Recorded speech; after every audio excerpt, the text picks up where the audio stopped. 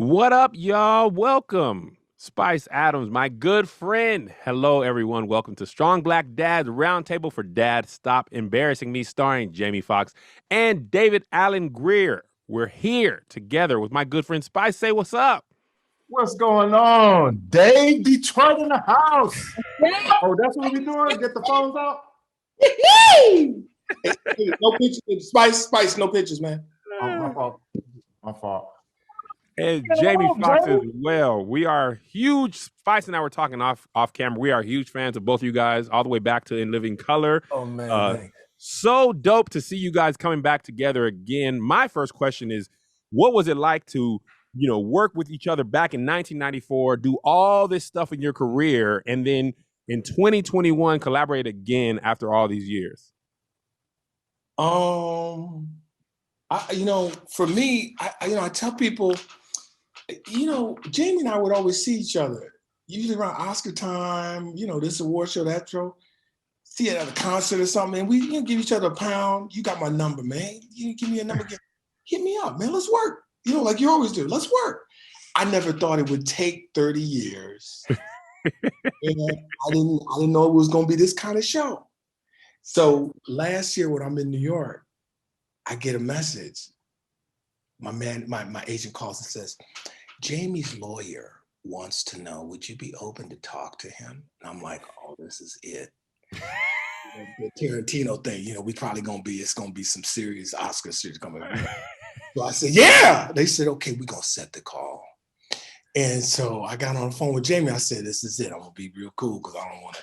So, what you want to do, man? I mean, he said, I'm going to do this sitcom. And I was like, wow. So then that's when we talked about the show. And that's really when I heard about it a year ago. Yeah. But then I thought it was going to be squashed because the COVID and everything. They said it was. Yeah. Then it came back and here we are. Man, listen, I'll give you my take. Like this, both of y'all know like this. There's certain guys you can't beat. You can be as funny as you want. You can do whatever you want. There's certain guys you can't beat. When I went to Live in Color that first time I got on there, I was the 8th funniest dude on the thing. I was the 8th funniest. It wasn't even, everybody was punking me, everybody. And then David Allen Grier had this thing where it was not only gut bucket funny Detroit, but he also went to Yale.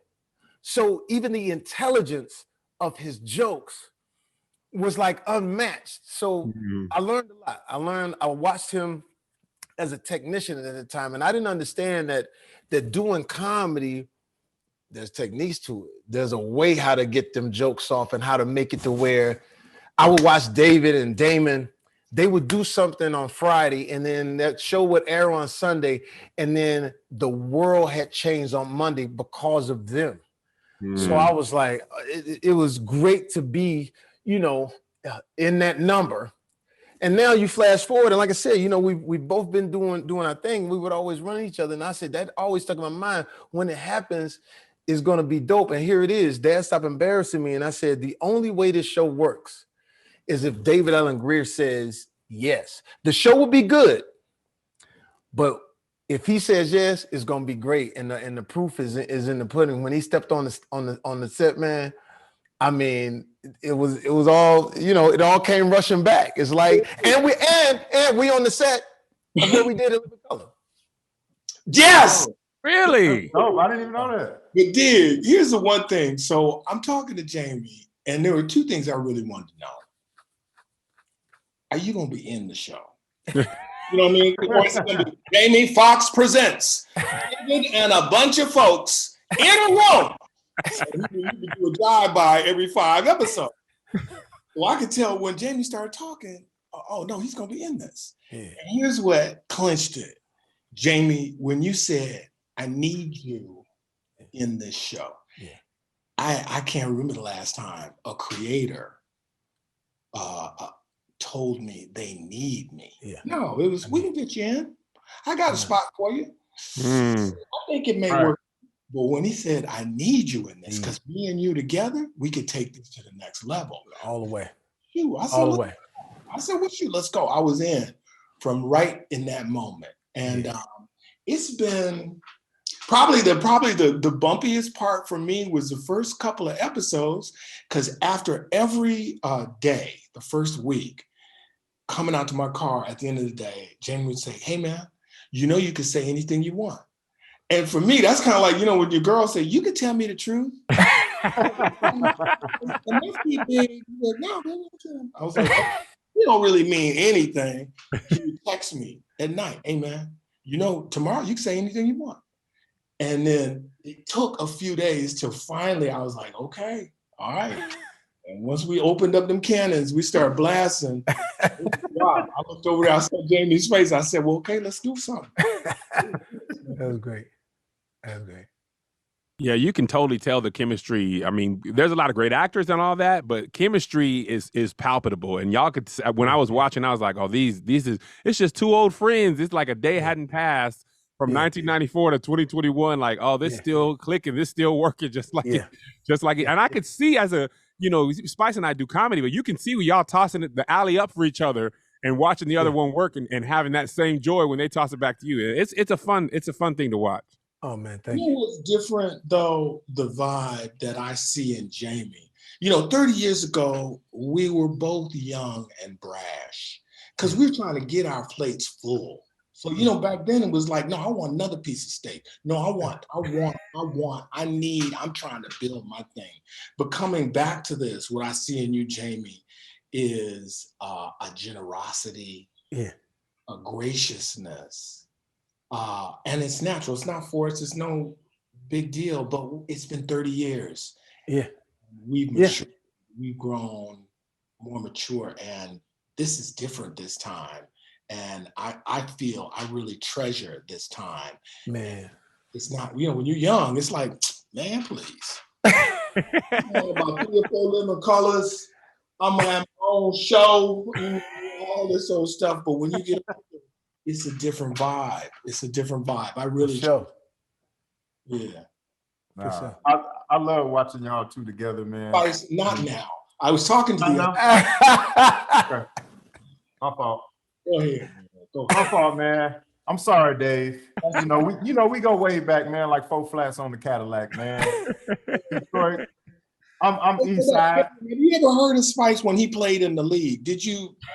Were you a nose? What? No, don't do this, Dave. Don't do this. I'm just asking. Had you heard him as a player? Because I wasn't familiar with him like that. He said he was in there, though. Oh man. You see, hey, this is what was on the set, man. Spice, this was, hey man. He listen, man, he makes it, man. He makes every moment. Oh man. Hey, you know what, Dave? I mean, I know it's kind of hard, being as though when you see players on the screen, they don't have the leather helmets. Oh. Okay. All right. Okay. That was wrong. But Spice, what's your real name? Is it Spicy, Pepper? What's your real name? Peppy? Anthony. Anthony Adams. Yeah. That's my government. Man, let's stay on track, okay? I'm tired of this, Dave. Okay? Now, man, we got some serious, hard-hitting questions. All right? Hey, I'm gonna shut up. Hey, let's go to the next question. Now, both Ryan and Foxx, which are characters that you play, are well-meaning dads. And even though it's embarrassing at times, what do you think fathers could learn from watching the show and also learn what not to do by y'all characters? Jamie, you know what? It started out as a seed of me and my daughter's experiences. Like, I was always embarrassing my daughter. My daughter never got in trouble, so I never had to say stuff like, "I know you ain't coming here late. I know there ain't alcohol on your breath. Who's this boy?" I never had to do any of that. But there were always these moments where she felt, under siege. I was a Disneyland dad, taking to Disneyland to try to patch everything up. You know what I'm saying? I was doing all this stuff that I thought would make up for time loss or whatever that was. And so when we brought this idea to Netflix, it started by being live on in front of a studio audience when we did George Jefferson. That studio audience made me go like, "Ooh, we got the bug. This works," right? So then when we got the show together on Netflix, which makes sense on Netflix because we can go a little further. You know, you always got to be careful when you become the sitcom dad. And I think the only way to do what we wanted to do, what me and David wanted to do, was on Netflix where we have a little bit more latitude. So then once we started doing it, there are those moments of teaching moments, meaning like this. I do this thing where I talk to dads about if they've been, you know, estranged from the one that they were married to or girl, but they have a kid. And I always tell them about going forward. Like, don't give up, because we automatically think moms are by nature in that position to raise kids. I'm like, no, they need us as well. So keep going forward. So our whole thing was showing the dad who now has to do it on his own, but having David Allen Grier as a dad, having my sister, and how it actually is in my house. It's like, it's basically him running things by, committee. And so there's going to be moments where it's teachable, but then it's just going to be funny moments, man. My daughter all the time say, man, when you gonna grow up, man? Y'all don't never stop clowning. You, Johnny Mac, Speedy, when y'all gonna stop clowning? When you gonna decorate the house? So we kind of put that in there. Like, you know, the house that I got, even the house I live in now, you know, it ain't decorated. And that's because I want to stay funny. Cause when I went to Eddie's house, no disrespect, but it was just put together too well. Because he was talking about doing stand-up. I said, you can't do stand-up with this perfect ass house. It's too perfect, bro. I said, even your game room is messed up. What's wrong with the game room? All your games work. Pac-Man got to have a knob broke off or something. And what's that scent you got piped into the house? What is a floral masseuse scent? Nah, man, you need some smothered chicken flying through this house. And look, and at my crib, right, to this day, right now, I got a bathroom, right, that the nozzle on the faucet shoots out like that. So I just watch as people come out the bathroom going, man, what's wrong with Foxx? Man, why don't he fix this shit? Yeah, just so I could stay funny. So we took that DNA and put it into the show where I am running a business, but the business is not doing well. The house is what it is, but it's falling apart. So we took all of those things and I hope this answering your question, but the overall thing is, you just got to be yourself, but never give up on your kid. I love being a father, man. I think about, because, you know, I have a 13-year-old right now. So I know when people hear the name of the show, some of them think, oh, David's the father, I'm embarrassing Jamie. No, it's Jamie embarrassing his younger daughter. I love being a dad. It brings up a lot of memories. You know, my daughter started a new school, like millions of kids, during the pandemic. So it's all Zoom.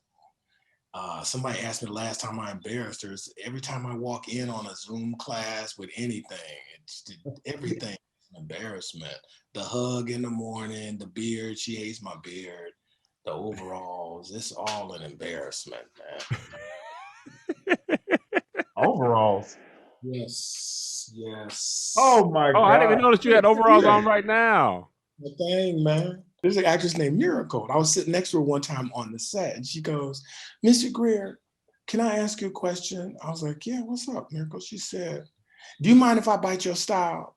And I was like, she said, do you mind if I bite your style? You got style, man. I like the way you dress. I want to dress like that. And I was like, well, you going down to Montgomery Ward's, get you some overalls. Montgomery Ward. Oh man, that's great. She was cracking me up, man. No, yeah. Montgomery Ward. What was it like for both of you on In Living Color? You guys were on the same field as far as, you know, character work, and now Dave plays your actual dad in the show. How was that to lean on him in a different capacity? Because you guys aren't terribly different in age. But the beard does really help to set the stage. What was that like for you, Jamie, to lean on Dave as your dad when you grew up or came up with him in comedy? Yeah, well, the thing is that, you know, if you look at the show, it doesn't, you know, we're not playing our actual ages anyway. Like look, black don't crack, man. I ain't, you know, I'm 18, but 35 years of experience. I don't even say the other words. Like, so we So that's skewed down. But I think what it is more than anything is having that person that you know when the ball goes to him, you can say go away. He gonna get his own shot. That was the most important thing for me. Like David Allen Greer interpreting this character as dad, how he wants to, all the way down to the way he dressed. Because it was like some of the clothes that they had. I was like, yo, man, let Dave do his thing. Like let him build out his own swag because it's gonna come through.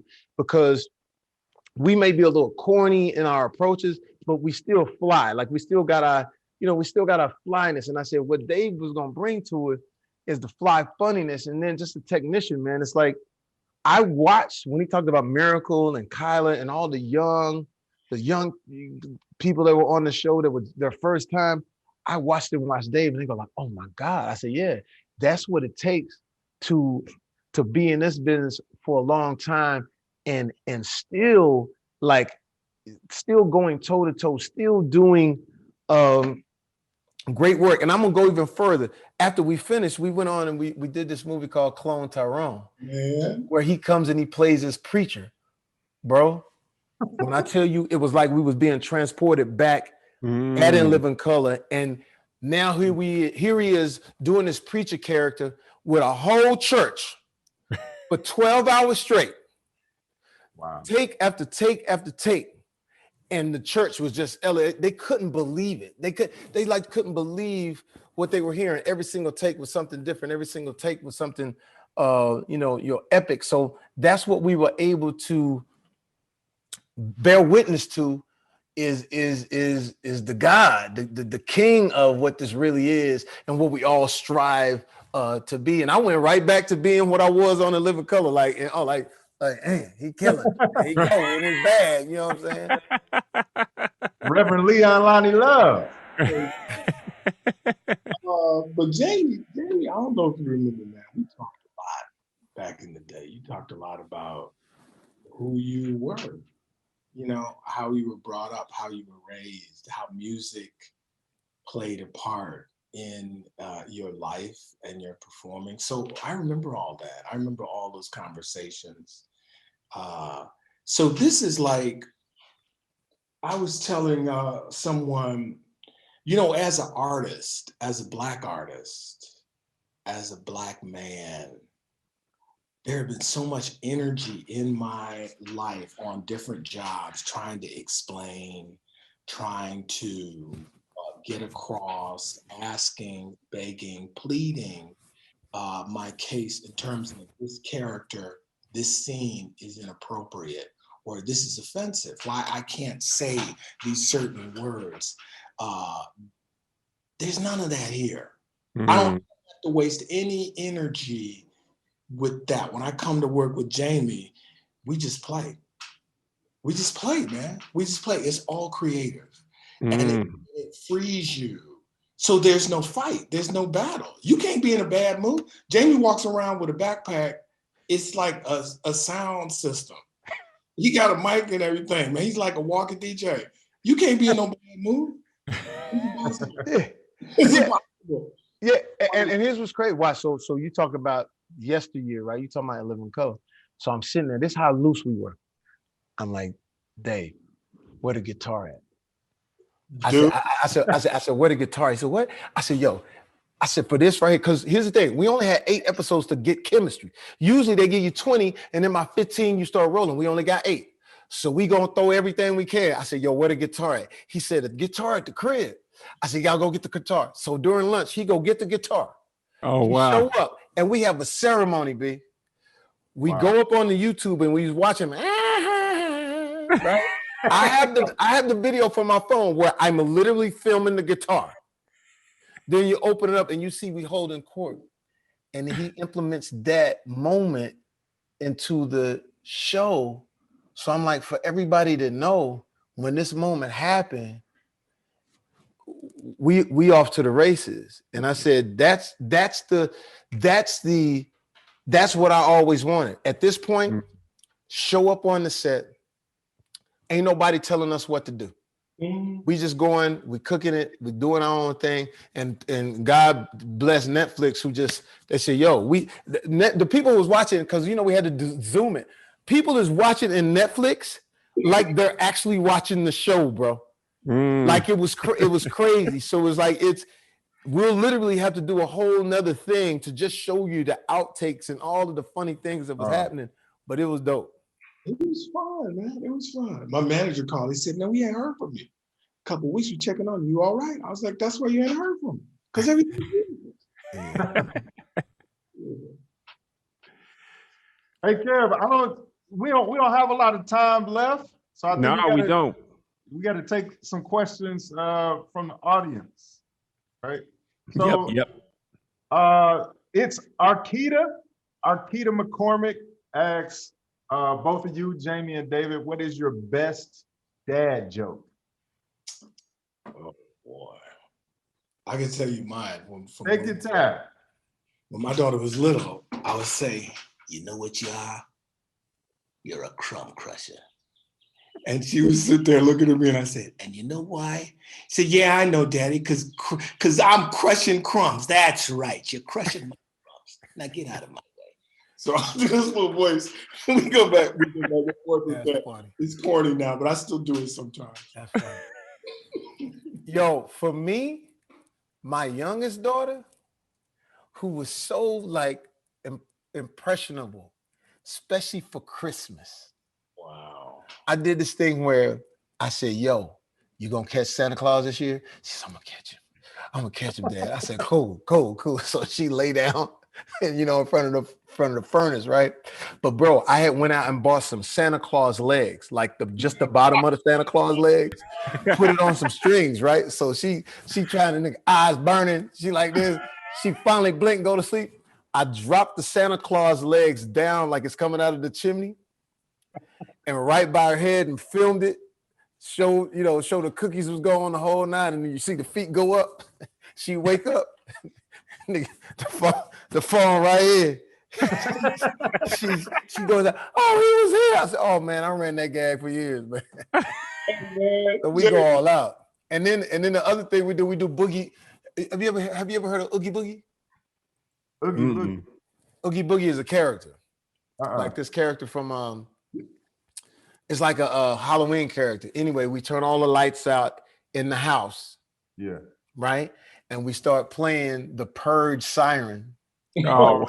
And me and all the homies like dress up like Jason. Oh no. So we just turn the whole house into Oogie Boogie, bro. At first it started like the first few years, they was young. And then as they got older, they got faster and they started running out the house. We winded. We said, we can't keep doing this. A quick story about Santa. When my daughter was little, I took her to see Santa at the Grove. So we stood in line and stuff, and we went, and we come around the corner, and Santa goes, "And who is this? David Allen Grier?" Oh, man, I said, "Hey, man, what's up?" This is my daughter Lulu. I said, "Hey, Lulu, man, what's going on, man?" So when I dropped her off, the nanny said Lulu came in the house and she was parading around the house going, "My daddy knows Santa." Knows Santa. They tight. They're friends. He knows him. That's hilarious. I laugh, but it was funny. It was just funny. We don't want to take up too much more of your time, but just real quick, before we get out of here, what advice can you give Black dads? You know what? I'll tell you real quick. You don't have to be perfect. You just have to show up. Yep. You don't have to spend money. You don't have to buy these gifts. I got into that too. When Jamie was talking about Disneyland, Dad, I thought I had to have a present. I share custody with my daughter and my daughter's mom. And when she was little, I thought I had to have presents and buy her stuff. No, man, just show up and spend time. You don't have to do anything. Whether you read a book, you draw together, you stare out the window, go for a walk, just be present. Yeah. It doesn't cost money, costs time, but what is better? I mean, when I was a little kid and my father would come and see me do anything, even when I was older, when I first started acting, Jimmy, I was in this children's theater up in University of Michigan, and we were doing First Breeze of Summer. We were doing all these heavy plays. And the one day he came to a matinee performance of Cinderella, and I was playing a squirrel. I was mortified. And he waited till the end of the performance. He came back. My father was a psychiatrist, so he was 6'4", very intimidating. And he came back and he said, "That was the finest performance I've ever seen." And I said to myself, I know my father loves me. To lie. I've never seen a squirrel with so much depth. I had a brown leotard with a tail on my ass. Fantastic. Fantastic. Fantastic. That was the best play I've ever seen. Oh man. Yeah, man. Kids want to show you off. You know, the best day, it was the day after the Wiz Live. We did the Wiz Live, and my daughter was little then. You know, that's 5 years ago. It's prime kid time. So I flew back in time to take her to school. And now usually my daughter, Lulu, would run out of the car. It took everything from me. Wait. Let me walk you in. She's run ahead. That day she slowed down, and we got near the gate, and the kids noticed her. She grabbed my hand and held it. I was like, "Oh, well, here we go." So she drove real slow, let everybody know. And this kid goes, "Lulu, is that your dad? Was he the lion?" She said, "Mm-hmm." "You lucky." She said, "Mm-hmm." Kept walking. So I was a superstar for about a week. Man. It was back to normal. But yeah. That's great. Yeah. Well, thank you guys so much for chopping it up with us. Again, Dad Stop Embarrassing Me coming very soon on Netflix. Congratulations. April 15th. April 14th. April 14th. Get it right. Get it right, Spy. I'm taking it from you. It's going to be out streaming soon. Make sure you stream that. Watch with your family, your kids. Thank you very much, Jamie and David Allen Grier, for chopping it up with us and making such an amazing show that highlights Black dads in a positive light, which is not something we see often, but it's very necessary for the world right now. Thank you guys so much. Thank you for chopping it up with us. I'm Kev on stage. That's my boy, Spice Adams. Love you, Spice. Spice, come holler, man. Come work. Yeah. Let's do it, man. Let's do it. Other dude, you too. Yeah, man, it's cool. Yeah, I was in here with y'all. It was great. Spice, man, I love what you do, dog. A nose. What now? What you playing? The nose. What? Nose tickle. What was your little part on the team? I was a glorified water boy, man. That's Okay, it. well, that too. That'll work. Man, that's great. No, Thank you, guys. All right. Appreciate you.